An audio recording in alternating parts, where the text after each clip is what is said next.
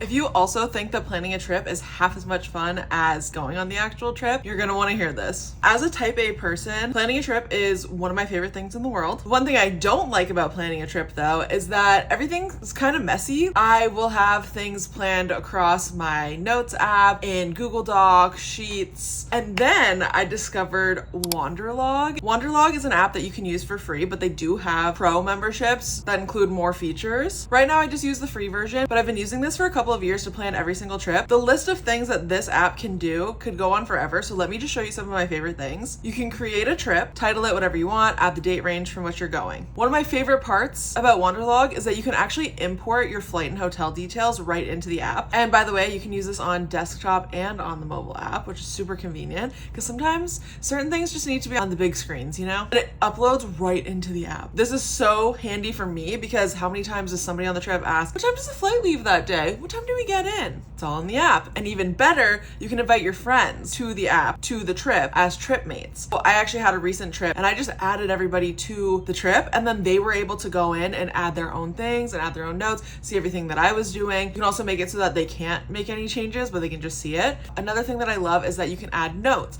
So if you click this little button here, this is like perfect for my thinking process because sometimes maybe on Monday I think we could go get burritos from this place for breakfast, but I'm not committing to that date yet. So it's like a great way to start mapping out the things that you want to do. Now, when you're ready to actually add something to the day, it's so good. You just click this add place button, search up literally whatever you want to do. So you start adding all of the things that you want to do on that day, and it actually generates on a map. So you'll start to actually see, and it's like color coded, the areas on the map where each of your little pinned items are. And I found this really handy because I would notice that I would start adding things to a day, and then I would actually realize that, oh wait, this one activity is so far out of the way, it might actually make sense to be on a different day when we're going to be in that area. How convenient is that? Another thing I love is that you can very easily hold and drag and drop activities. So if you're like, no, I think I actually want to go to this place before this place, you just drag and drop and move things around. You can also drag them down to the next day, back to a previous day. You can also add like what times you're going to be at each place, what time you plan to leave. Another amazing feature is that underneath each activity, it actually shows you the distance between each place.